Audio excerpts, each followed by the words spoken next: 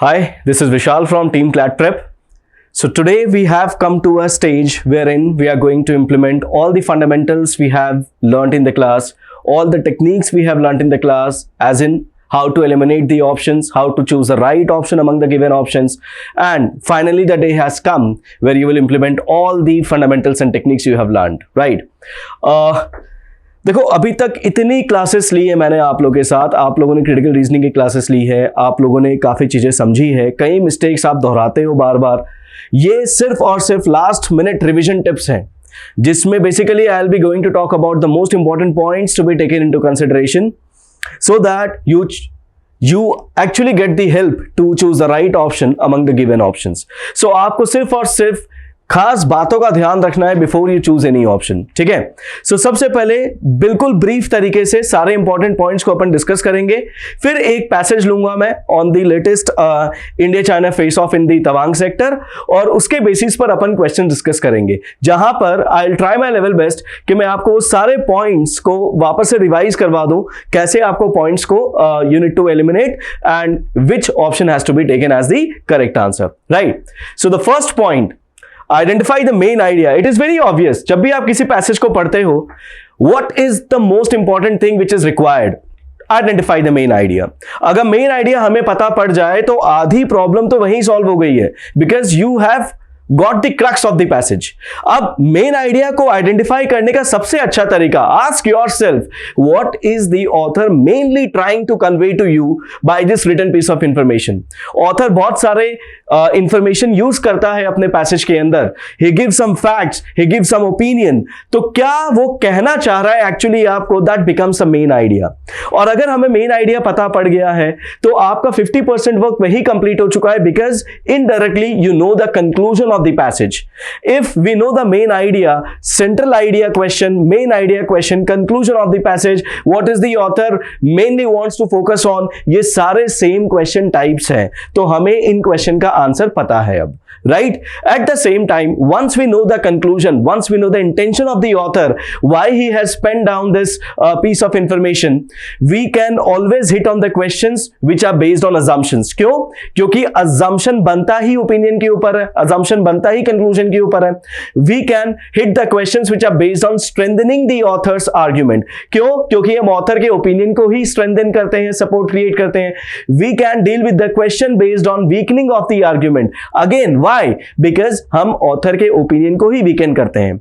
It is very obvious, ये आपको भी पता हो गया होगा अब तक, after so much of practice of CR in the class, ये आपको भी पता पड़ गया है कि सबसे इंपॉर्टेंट एस्पेक्ट ही क्या होता है? To identify the idea, to identify what the author is mainly trying to convey to you, and once we know that our job is done. Because आपने भी देखा होगा अभी तक इतने सारे प्रैक्टिस के बाद, if you look at the sample paper, if you look at previous years CLAT papers, if you look at the mock papers we have provided you, आपको मालूम है सीआर में majority of the questions, I can say in fact 80% of the question they revolves around conclusion, inference, assumption, strengthening the argument, weakening the argument. ये आपको भी पता है, right? So अब again coming to the main idea point, तो ये कौन कौन से क्वेश्चन टाइप्स को कैटर कर रहा है? What is the main idea of the author, what is the central idea of the passage, what is the author mainly trying to focus on, what is the author mainly trying to convey, what can be definitely concluded, या what is the overall conclusion. ये सारे questions इस particular line में आ चुका है कि main idea क्या है, राइट?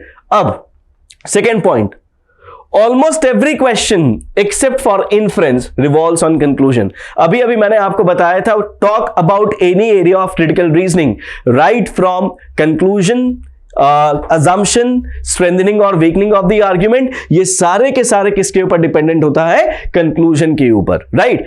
इन्फ्रेंस के अलावा आप किसी भी टॉपिक की बात करोगे तो वो कंक्लूजन के ऊपर डिपेंडेंट है. अब इन्फ्रेंस क्यों नहीं है? क्योंकि inference itself is an opinion. But what is the thin line of difference between inference and conclusion? Conclusion तो overall crux होता है passage का, while inference can be made between the lines, can be made by some words taken from the passage, because it is not the author's opinion. Inference होता है reader's opinion. Author के facts को use करके as a reader आप क्या opinion create कर सकते हो? That is what an inference is all about. What can be inferred? So using the facts of the passage, An opinion made by the reader which can be true, which can be correct, is an inference, right? So inference के अलावा बाकी सारे questions किस पे dependent होता है? Normally conclusions के ऊपर, राइट? नाउ जब हम assumptions की बात करते हैं तो what is an assumption? Assumptions are those unstated facts which supports the author's opinion. This is the definition of assumption. ये आपको भी पता है कि assumption का काम क्या है? ऑथर के ओपिनियन को सपोर्ट करना. But what is more important to remember? Assumptions unstated होता है. अगर कोई stated fact ही यूज कर लिया जाए तो वो तो premise है, और premise and assumption can never be same. The basic difference between the two is what? Premise are stated while assumptions are unstated. लेकिन दोनों का काम क्या है? दोनों का काम है ऑथर के ओपिनियन को सपोर्ट करना, राइट? अब जब हम assumptions की बात करते हैं तो आप हमेशा ये ध्यान रखना, assumptions are made on opinion only. तो ऑब्वियस है जब भी कोई क्वेश्चन आ जाए आपके पास कि which of the following is an assumption made by the author in the passage, तो आप क्या कर सकते हो? या तो आपको पता है कि ऑथर ने क्या क्या ओपिनियन बेस्ड लाइंस यूज किए हैं इस पैसेज के अंदर, या ऑथर हमें क्या कन्वे करना चाह रहा है.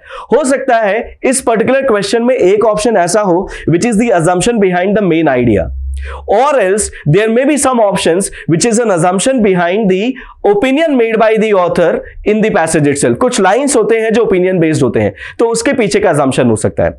In fact, कई बार you will come across a question where a line is stated in the question itself. अब उस क्वेश्चन, उस स्टेटमेंट के पीछे का हमें assumption आइडेंटिफाई करना होता है. Now most of the times what the students do, the students stick to that particular statement and then try to identify the assumption, जो कई बार इसकी वजह से they land up in marking the wrong option. हमें क्या करना होता है? अगर स्टेटमेंट गिवन है तो आप उस स्टेटमेंट के ऊपर और नीचे वाले लाइन को भी पढ़ें एक बार, बिकॉज तब आपको पता है कि आइडिया क्या फ्लो हो रहा है वहां पर, and then you will be easily able to identify the assumption more precisely and more correctly, right? और हमेशा ध्यान रखना, assumption अगर ओपन एंडेड क्वेश्चन की तरह आ जाए कि which of the following is an assumption made by the author, ये assumption ओपिनियन के पीछे का होता है. कई बार आप क्या करते हो, assumption आप स्टेटमेंट का पीछे के ले लेते हो, स्टेटमेंट इन द सेंस कि आप फैक्ट के पीछे का ले लेते हो. assumptions फैक्ट के ऊपर नहीं बनता, फैक्ट तो फैक्ट है, तो उसके पीछे assumption की जरूरत नहीं है. ओपिनियन जो बनता है उसके पीछे assumption बनता है, right? So make sure that you make the assumptions on the opinion only. Next point, assumptions can be cross checked by the negation technique. कई बार क्या होता है, we land up in a question wherein we get confuse between two options, two close options, right? और हमें ऐसा लगता है कि इनमें से बेटर ऑप्शन कौन सा है. तो सबसे सही तरीका अपने assumptions को क्रॉस चेक करने का होता है नेगेशन टेक्निक. अब नेगेशन टेक्निक क्या कहता है? Whatever assumptions you have made, if you negate it, तो ये डेफिनेटली आपके ओपिनियन के ऊपर डाउट क्रिएट कर देगा. And if the doubt is created which is easily visible, तो ऑब्वियसली वो assumption करेक्ट है. सो क्या पॉइंट है? By negating the assumption, a doubt is created, a point of uncertainty is created on the opinion made by the author. The argument may become void. So definitely क्या तरीका हुआ? Negate करो assumption को, doubt अगर create हुआ, that assumption is correct for sure, right? Next, अच्छा इसका एक एग्जाम्पल भी बताता हूं. सपोज करो मैं कहता हूं कि this year Rohit is very sure to crack the CLAT exam as he has practiced more than 50 mocks and deeply analyzed them, right? अब मेरा इसके पीछे का assumption क्या है? इस स्टेटमेंट के अंदर मुझे पता है कि मेरे पास फैक्ट गिवन और एक ओपिनियन गिवन है. What was the opinion? कि Rohit will crack the CLAT exam. ये मेरा ओपिनियन बना, और मैंने क्यों माना कि Rohit will crack the CLAT exam? क्योंकि उसने बहुत सारे मॉक्स प्रैक्टिस किए हैं और उसको सही तरीके से एनालाइज किया है. So it is very obvious, मैंने ये assumption बनाया होगा इसके अंदर. What is the assumption made by me? That a student who, या a person who attempts mocks and analyze them deeply enables it, या enables the student to crack the CLAT exam, right? या to crack the CLAT exam, analysis of the mocks and attempt of the mocks is a must. तो ये कुछ ऐसा assumption है जिसको आप definitely ले सकते हो. अब suppose करो मैं इस assumption को negate करता हूं. A student who attempts more than 50 mocks and analyze them deeply may not clear the CLAT exam. अगर ये मेरा assumption होता, then how can I claim that Rohit will crack the CLAT exam? So it is very obvious, मेरा जो opinion था वो doubtful हो गया. क्यों? क्योंकि मैंने assumption को ही negate कर दिया. So this is how we negate the assumption. अब मोर इंपॉर्टेंट पॉइंट, कई बार स्टूडेंट्स मेरे पास आते हैं, सर क्या हम नेगेशन टेक्निक इन्फ्रेंस में भी यूज कर सकते हैं, क्या हम नेगेशन टेक्निक किसी और क्वेश्चन में? No, the answer is straight away no. आप नेगेशन टेक्निक सिर्फ और सिर्फ अजम्पशन के ऊपर ही यूज कर सकते हो। There is no other area of critical reasoning where in you can apply the concept of negation. Is it okay? So क्या है next point? Negation technique is applied only on assumptions, right? Okay, next, strengthening the argument. Now, when we come across this kind of questions that you need to strengthen the argument made by the author, तो हमें क्या करना होता है? हमें एक support create करना है. How do we create a support? There are three ways. Number one, you use an extra premise altogether which has not been mentioned. Remember, question में चाहे लिखा हुआ हो या नहीं कि which of the following if true will strengthen. So even if it is not mentioned if true, hardly matters, हमें यह मान के चलना होता है कि जो भी आपको ऑप्शन गिवन है वो सही है, और अगर वो सही है तो क्या ये ऑथर के ओपिनियन को फर्दर सपोर्ट करता है क्या? So how do we strengthen the argument? By using an extra premise. Extra premise itself means that it has not been stated already in the passage, right? So this will be something which has not been talked about but will be relevant to the context of the passage and will be supporting the author's opinion. Second, the assumption itself strengthens the argument. Assumption क्या है? Assumption का role ही है to support the author's opinion. But अभी तक क्या था? वो अनस्टेटेड है. अब उसी assumption को अगर मैंने एज एन ऑप्शन दे दिया आपको तो वो स्टेटेड हो गया, मतलब वो एक प्रीमाइस बन गया, और प्रीमाइस एक्स्ट्रा प्रीमाइस है क्योंकि अभी तक वो पैसेज में स्टेटेड नहीं था. So obviously that will strengthen the author's opinion. So जैसे ही assumptions को अपन स्टेट कर देते हैं, it takes the role of a premise. An extra premise मिल गया मुझे तो ऑब्वियसली ऑथर के ओपिनियन को सपोर्ट भी मिल गया. And assumptions are the basis of the argument. So the most preferred choice is the assumption. An assumption is the most preferred choice for strengthening the argument. ये ध्यान रखिएगा. और तीसरा जो प्रायोरिटी लिस्ट में सबसे लास्ट में आएगा वो क्या है? assumption को सपोर्ट करता हुआ कोई प्रीमाइस यूज करो. जैसे फॉर एग्जाम्पल क्या होता है कि जैसे ही मतलब इसका मतलब क्या हुआ? assumption का काम था ऑथर के ओपिनियन को सपोर्ट करना. assumption के सपोर्ट करता हुआ मैंने एक और स्टेटमेंट बना लिया. So now A supports B and B supports C. Indirectly A has created a support for C. Right? तो आप assumption के सपोर्ट करते हुए भी स्टेटमेंट्स को as a strengthening option use कर सकते हो, राइट?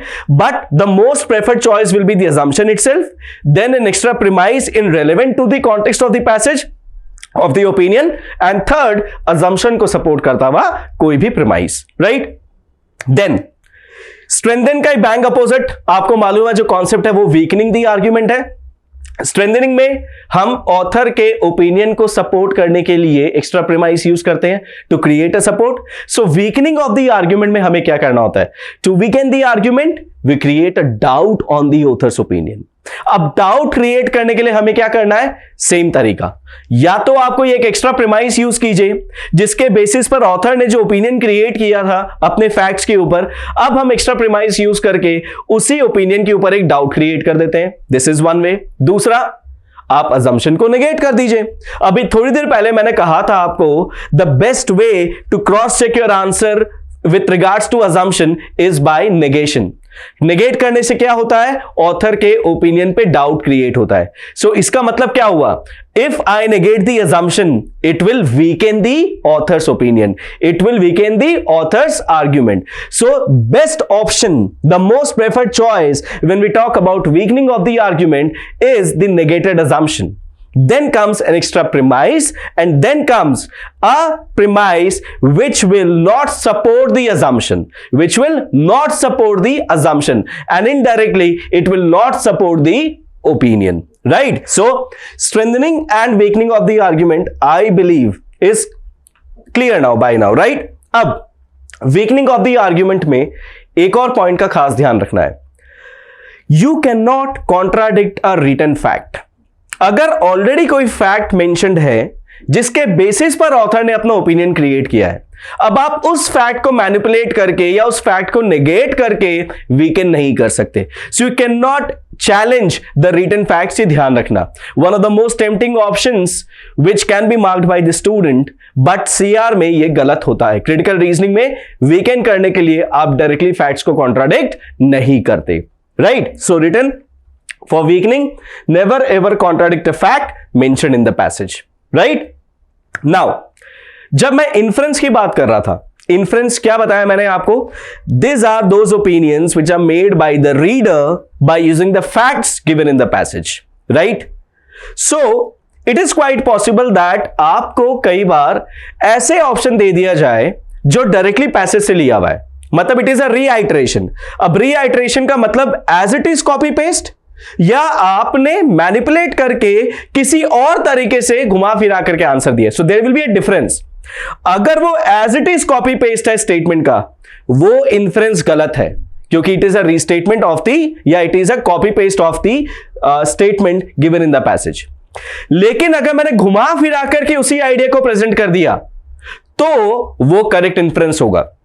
जैसे for example, among the players who play international cricket at present, Virat Kohli is the only player या batsman who has scored more than 70 centuries. I hope my statement is clear. Among the players who play international cricket at present, Virat is the only player who has made more than 70 international centuries. अब मैं आपको inferences दे रहा हूं कुछ, comment कीजिएगा whether it is correct or wrong. If I say that what can be inferred from this, और अगर मैं आपको यह कहता हूं कि Virat is the only player among those cricket players who play international cricket at present to score more than 70 centuries. Boss, this is reiteration. This cannot be an inference, क्योंकि आपने as it is उस statement को कह दिया है, बस आपने थोड़ा सा ऑर्डर चेंज कर दिया. या फिर हो सकता है मैंने as it is इस स्टेटमेंट को कह दिया होता. So this cannot be a valid inference.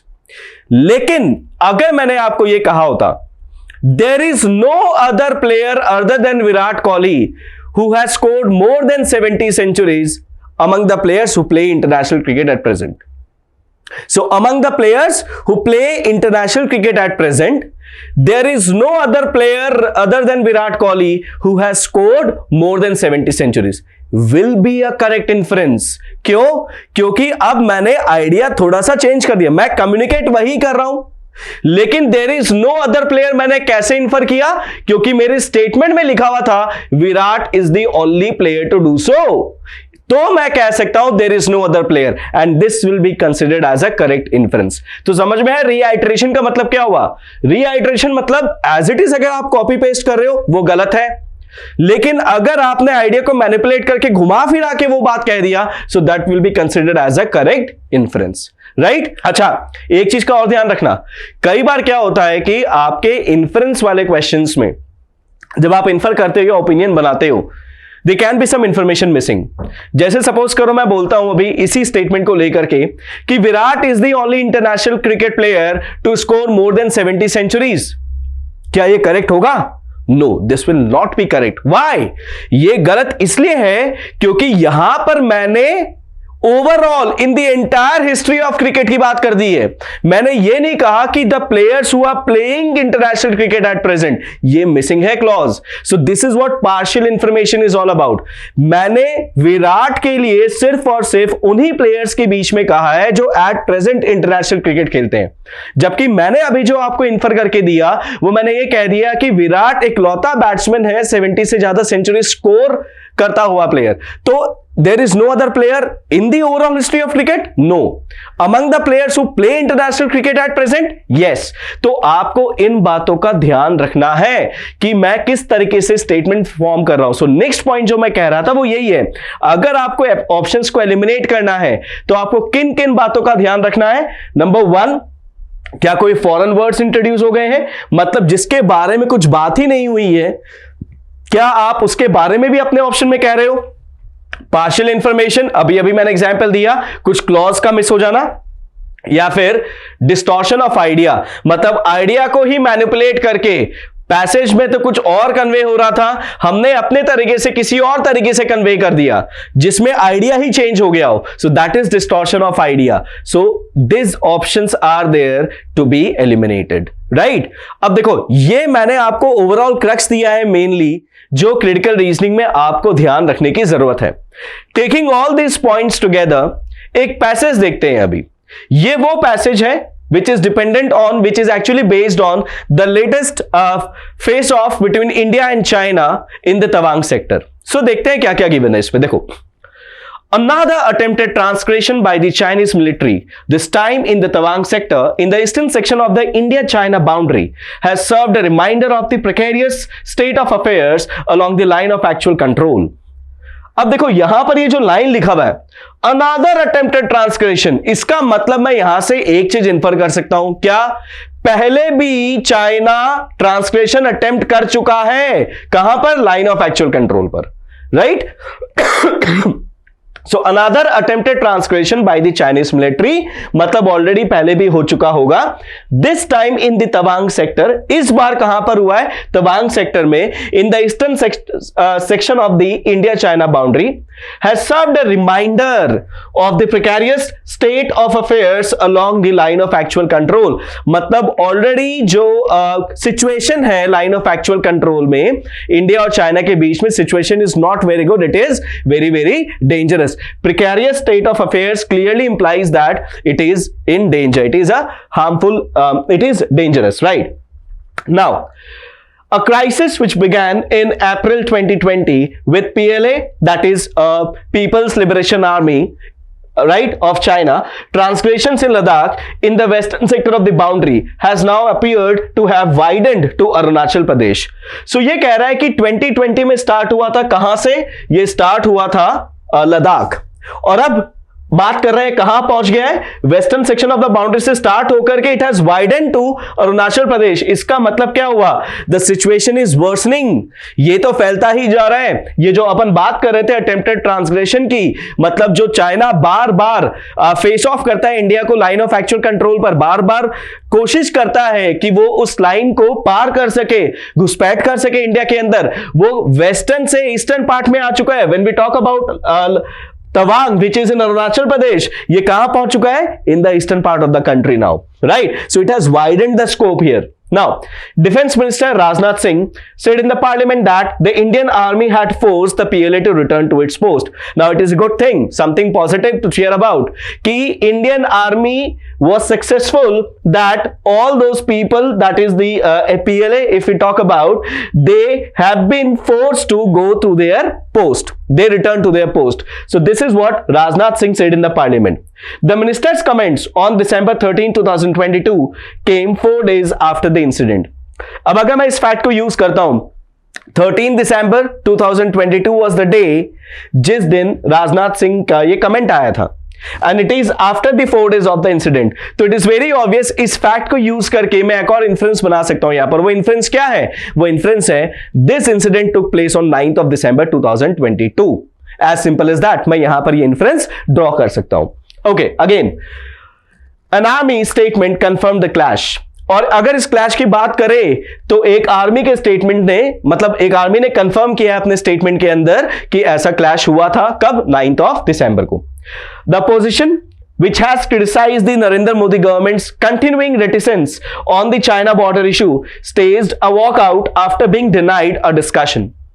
अब यहां पर अपोजिशन वालों ने नाराजगी दिखाई है. दे हैव स्टेज्ड अ वॉकआउट, मतलब बेसिकली पार्लियामेंट को बीच में छोड़ के चले जाना, डिस्कशन को बीच में छोड़ के चले जाना, because they were not happy with the kind of attitude the government is showing, कि वो चुप रहने में ही भलाई समझते हैं.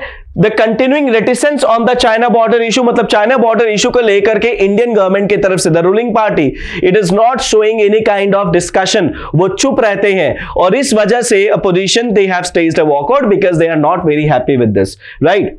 As troubles now flare in Arunachal, the situation in Ladakh still remains unresolved.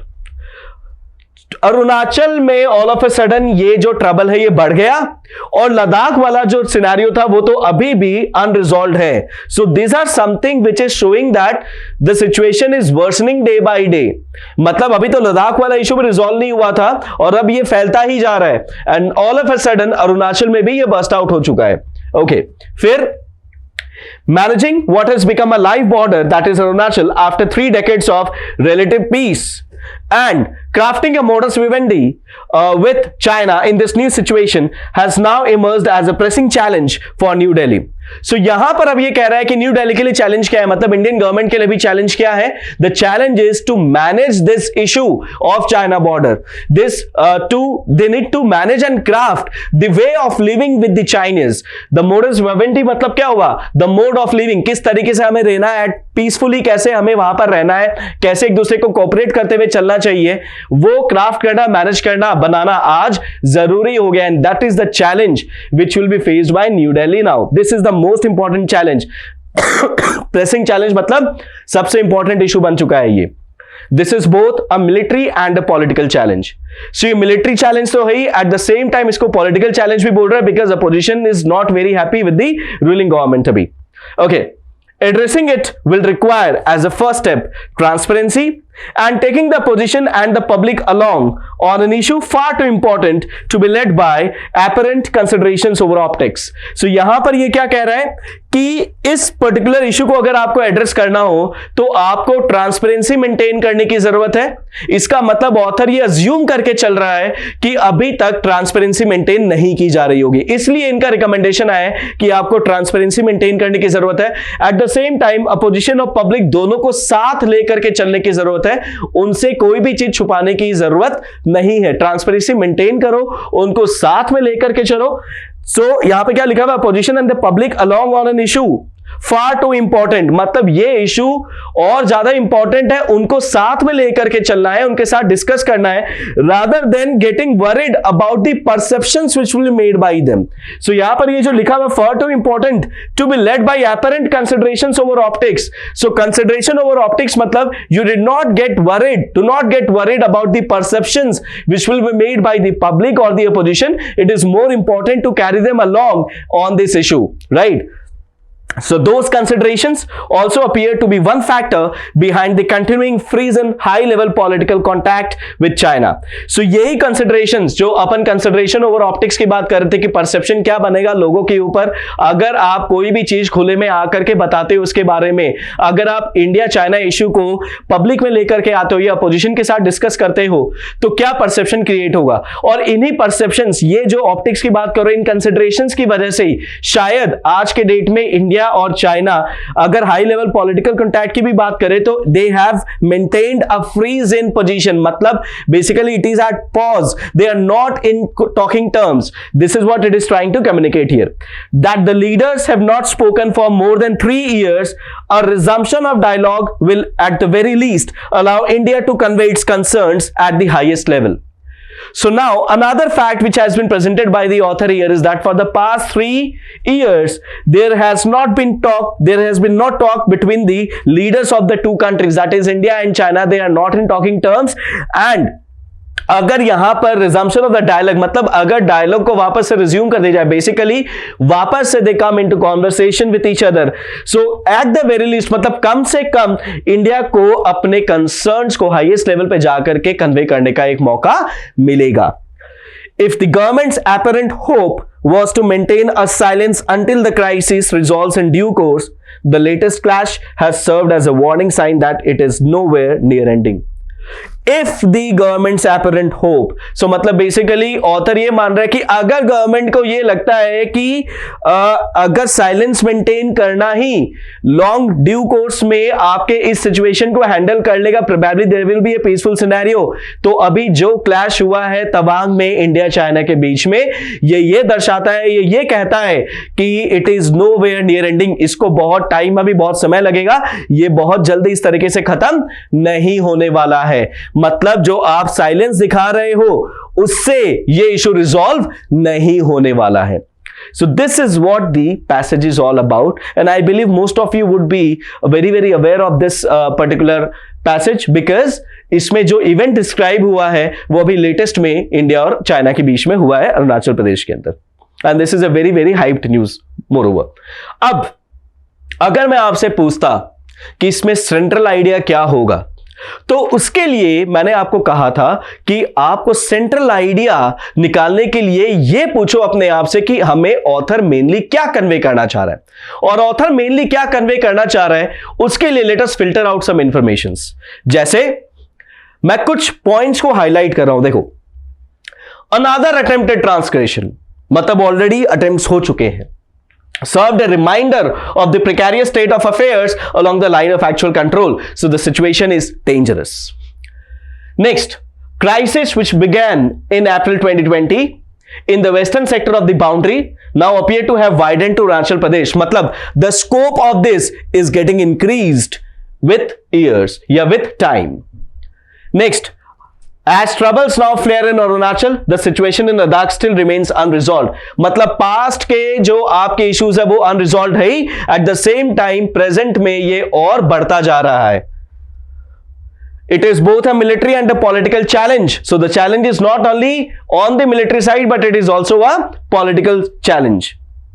Then continuing freeze in high level political contact with China, मतलब the situation, अगर अपन बात करें तो political contact चाइना के साथ अभी नहीं है, एकदम बंद है, and leaders have not spoken for more than 3 years. ये दिखा रहा है कि अभी इंडिया और चाइना के बीच में ऐसा कोई कम्युनिकेशन नहीं है जिससे हम इस सिचुएशन को रिजॉल्व कर सके पीसफुली।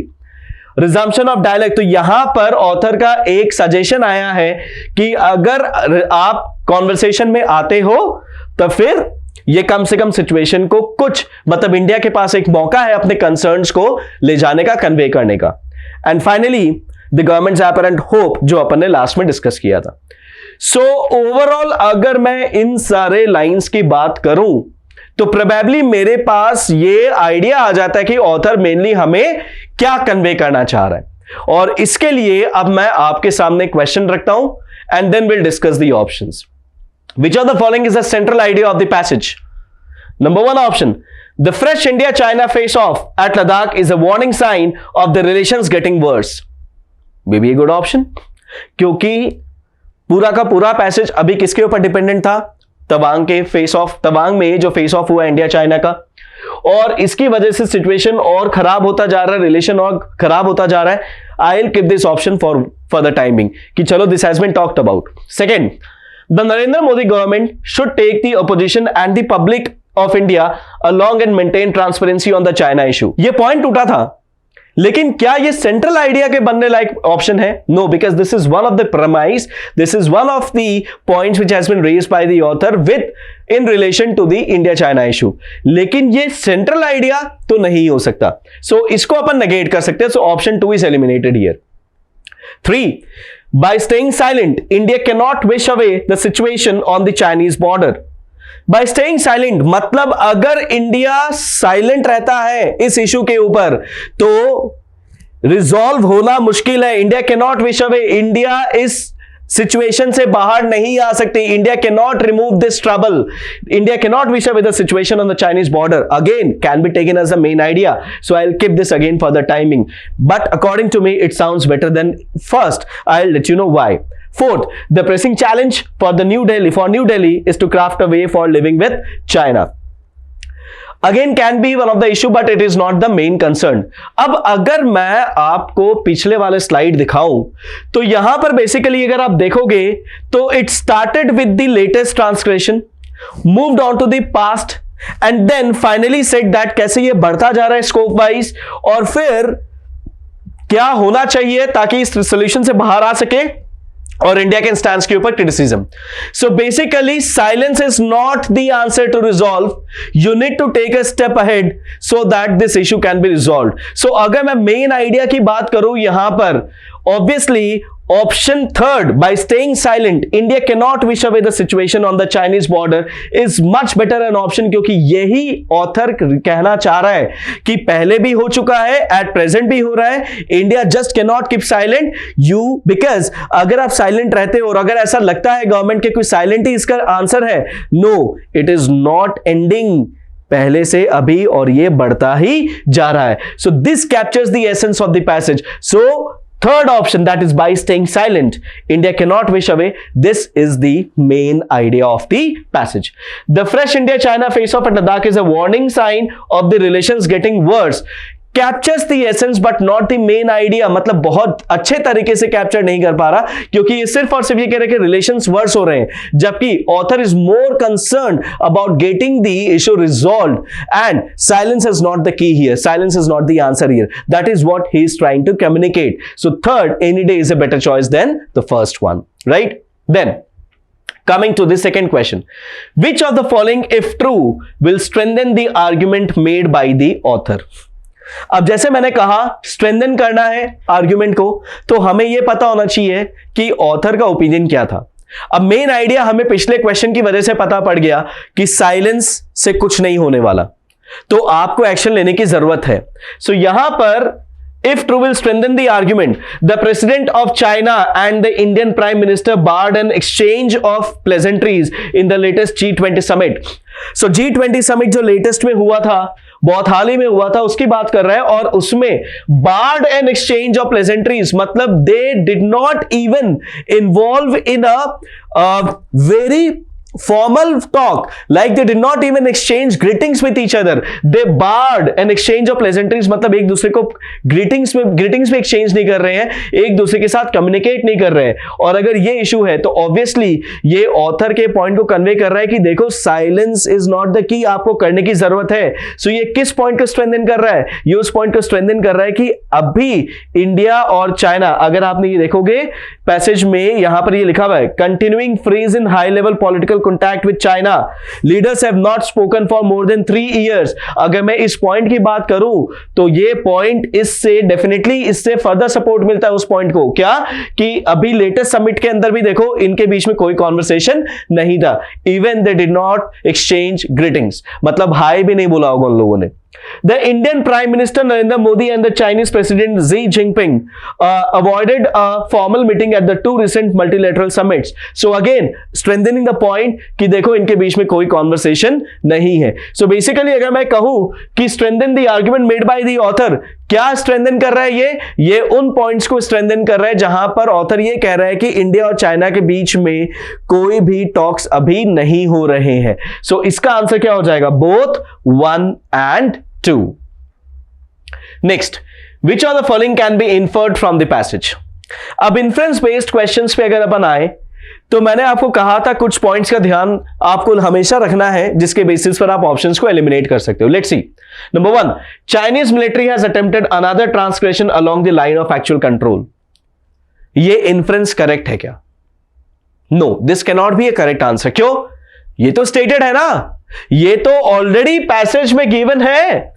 ये क्या गिवन है यहां पर? ये देखिए, another attempted transgression by the Chinese military, this time in the Tawang sector in the eastern section of the India China boundary, has served a reminder of the precarious state of affairs along the line of actual control. So along the line of actual control एक और transgression की attempt हुई है Chinese military के through. So ये तो already given है ना एज ए फैक्ट. अगर वो फैक्ट है, how can it be an inference? तो मैंने आपको कहा था written statements from the passage which are factual can not be an inference, क्योंकि इन्फ्रेंस बाय नेचर क्या होता है? ओपिनियन होता है. तो first is ruled out.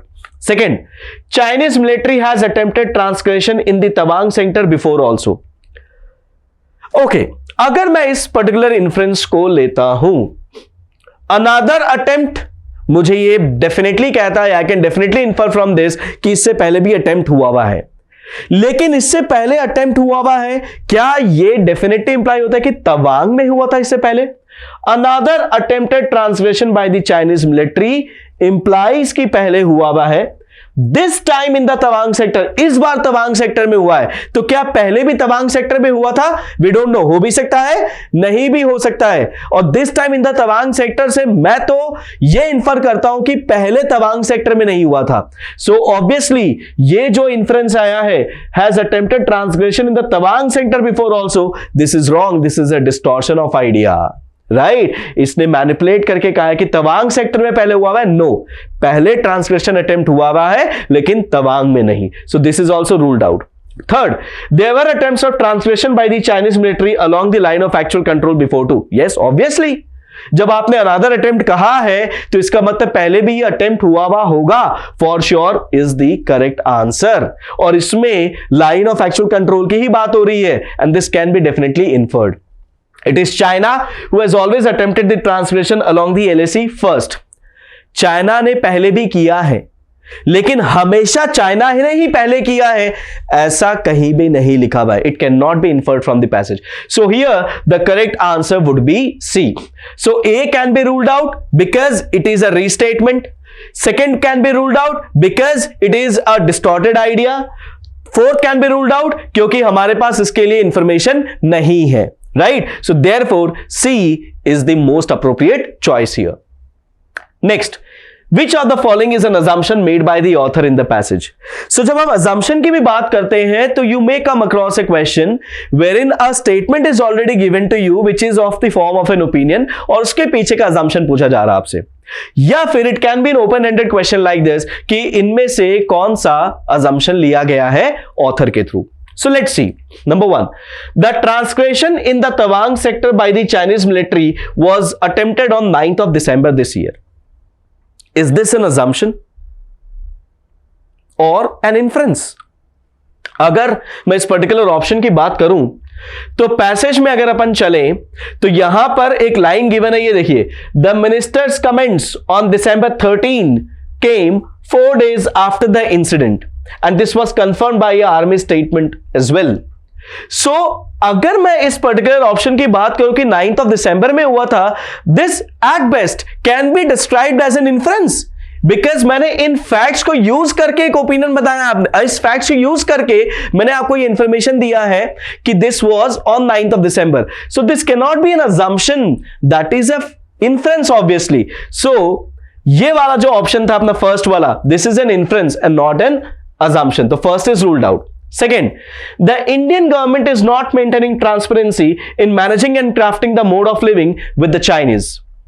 It is very obvious. अगर अपन इस लाइन को देखें कि जो सजेशन आया था ऑथर्स के through, addressing it will require as a first step transparency with the opposition and the public. So it is very obvious, author ये मान के चल रहा है कि इंडियन गवर्नमेंट अभी ट्रांसपेरेंसी मेंटेन नहीं कर रहा है, तभी ये सजेशन आया होगा. So very obvious this can be taken as an assumption. अब सपोज करो मैं इसको नेगेट करता हूं, the Indian government is not की जगह नेगेट करने के लिए मैं ठीक इसका उल्टा करूंगा, is maintaining transparency in managing and crafting the mode of living with the Chinese. अगर ऐसा है तो वो रिकमेंडेशन आए क्यों? Why that was given as the first step to be taken? अगर वो already transparency maintain कर रहा होता तो. So obviously that makes that particular suggestion void. एक doubt create हो गया कि author क्या suggest कर रहा है फिर. So it is very obvious this is a valid assumption to be taken. Third देखते हैं. A resumption of dialogue between the leaders of India and China will at very least allow India to convey its concerns at the highest level. This is a statement taken from the passage as it is. And assumption is never stated. So ये तो क्या है? ये तो premise है. और ये author का क्या था? Suggestion था वैसे भी. This is not an assumption. This is something which the author is suggesting and it is already stated in the passage. So therefore, this cannot be an assumption. Fourth, India can wish away the situation on the Chinese border by staying silent. ये तो आपके author के main idea के against में हो गया, क्योंकि हमने जो सेंट्रल आइडिया निकाला था वो क्या था? India can not wish away, जबकि यहां पर असम्पशन कह रहा है कि India can come out of this situation bye staying silent, जो ऑथर के मेन आइडिया के बिल्कुल कॉन्ट्राडिक्टरी हो गया. ये तो सबसे पहला ऑप्शन है जिसको आप एलिमिनेट कर सकते थे. So last is eliminated because it contradicts the idea. Third is eliminated because this has been straight away taken from the passage. First is eliminated because this is an inference and not an assumption. Therefore, B is the most appropriate choice because this is an assumption which is on the basis of which the recommendation has been made by the author. I hope by this particular example and passage and the kind of options we have kept in just to make you realize कि हमें किस तरीके से options को eliminate करना है, I believe that जो की पॉइंट्स हमें डिस्कस करना था CR के, वो we have done through this, right? Please ensure कि आप इन पॉइंट्स का खास ध्यान रख रहे हो. एक बार आप इस वीडियो को वापस से देख लीजिएगा जब भी आपको टाइम मिले एग्जाम से पहले, या फिर इनफैक्ट क्योंकि आपका संडे को एग्जाम है तो आप सैटरडे को एक बार आप वापस से इस वीडियो को देख लीजिएगा, so that you retain these points and you apply them. More important is to implement them at the time of examination, right? Till that, all the very best for your examination. Thank you so much.